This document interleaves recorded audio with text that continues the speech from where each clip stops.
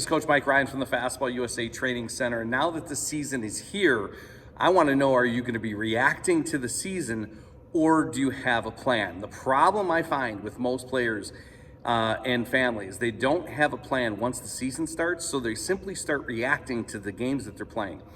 We have a game Thursday, we have a game Friday, we have a game Saturday. Then when they get a rain out, they're happy that they got a day off because it's raining out, and they're just going through the motions of playing.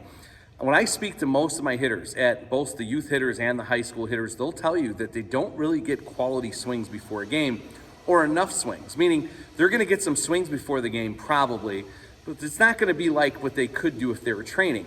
The same thing with their throwing. They start to lose that mechanical focus, the good mechanics that they practice probably in the off season, they're not doing it during the season. Strength focus, they're almost doing no strength during the season compared to what they're doing in the off season. So what I'm here to tell you is you can gain velocity during the season. You can improve during the season, and improving isn't just playing games. And I want to emphasize this. What people need is to create what I would say is some type of cycle during the season, a cycle that incorporates your training, your recovery, as well as your games, and not just reacting to the game. So one of the challenges for a typical high school player in Illinois during the season, and maybe for a lot of places all over the country, is they're faced with, they're going to be playing in tournaments almost every single weekend. So I'll give you an example. We're playing one game on Thursday. We got one game on Friday, two on Saturday. We don't know if we're going to advance and play on Sunday. And everybody's just building up to this and reacting to this. But if you have a plan or a cycle of what you're doing, you'll understand that there's going to be a purpose for every day that you have. So let me start with this. Number one, in your training cycle, any day that's game day is what I call a push day. And what I mean by push, for a pitcher, that's obvious. You're pitching that day. You're throwing at maximum intensity. The workload is stress. Game days are stressful whether you're a position player or a pitcher, right? So that's what we call a push day. So let's just give you an example. Thursday you play a game, that's a push day. Friday you play a game, that's a push day. You played a doubleheader on Saturday, your team did not advance the Sunday. You just had you've had Thursday, Friday, Saturday, push day, push day, push day. Now, what is Sunday to you? For many people, if they don't advance the Sunday, they're probably going to take the day off, which I don't think is necessarily the worst thing in the world.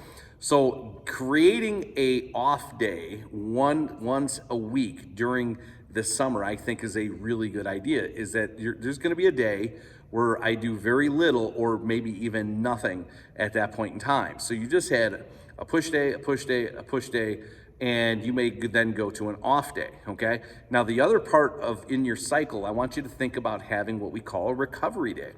And a recovery day is what I call active recovery. It's designed to get blood flow going through the body. And when I say blood flow, if you're not familiar with this, I'm not a big fan of guys icing arms, because icing restricts blood flow to the arm. We want a day where we're going to ratchet up the workout, get great blood flow going through the body. The emphasis isn't so much going to be on throwing as much as recovery, arm care and recovery from throwing. That might also be a day for a hitter where a hitter is just working maybe just off the tee that day, just basic fundamentals, the little things that get him back to be. That would be my recovery day. Now, after you've had an off day, after you've had a recovery day, then I would put a day where it's a mechanical focus day. So now you don't have a game this day, but you're not going to be at high intensity, and you're not going to be at super low intensity. You're going to be like at medium intensity. This means if you're throwing, it's a perfect day for you to work on your mechanics to reinforce all the good things you should be doing when you're throwing. That could be playing catch. That could be doing whatever drill sets that reinforce good mechanics. From a hitting standpoint, this is where you're working on your really fundamentals of basic fundamentals of your swing. Also, maybe a little timing work on that day on a medium intensity day. Of course, you're going to have a really good workout on that day. That's another day to operate your strength program. And then, so now you've got an off day, you've got a medium intensity day, a mechanical day, and then the next day we'd be looking at is something a little bit more intense depending on what your next schedule is coming out. So remember, every game day is a push day. So you don't want to have too many push days in a week. You're already pushing enough. So unfortunately for a high school player, those push days may be just on game days. Now, if you're going to maintain or increase velocity during the season, you have to have some throws that you're making at full boat. In other words, you're letting it loose a little bit. May not be as many throws as you made in the off season, but some throws to make sure that the muscles are firing the way they should in order to throw hard. But again, if you think about this as like a cycle, you've got a push day, and game days are probably multiple push days in a week. You have an off day, and then you have a recovery day, and then you have a mechanical day. So you have 4 different types of days that are going on through a calendar week. So if you end up playing 3 or 4 of those days, and then you have time for an off day, a recovery day, a mechanical day, that's how I would cycle that. So again, what you're also reinforcing is strength is still important. You're carving out time for your strength. You're carving out time for a little bit of rest, a little recovery, but you're also carving out time for your mechanics, and then you're also carving out time for your competition. So being in competition 100% of the time is not what gets you better. If you're falling into the trap where you're just competing all the time, and then when there's no game, you're just resting, and then you're going back to competing all the time, and then you're just resting, that is a recipe for many things to break down. Number 1, your mechanics. Number 2, you physically, you're going to start getting weaker. Number 3, your arm health and your arm care. So think of it in terms of a cycle. What is today? Is it a push day? Is it a off day? Is it a recovery day? Or is it a mechanical day? If you could break that down and to go, okay, what is my plan this week? You have a better edge on the competition. Now, I will say this to you, because I know some of you guys are going, well, we don't know our schedules week to week. That is absolutely true. So your weekly cycles are going to need to be changed a little bit based on what you just did. So for example, maybe your team did make it to Sunday and your team played 2 or 3 games on Sunday. Well, that next day and that Monday, you may go, you know what, I'm going to do a recovery day on Monday.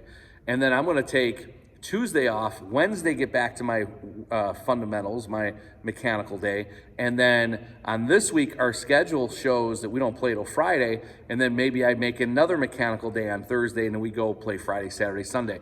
You guys know how it is, that changing and rainouts and all that change things. But ask yourself each and every week, what is my off day? What is my recovery day? What is my mechanics medium intensity day, my fundamental day?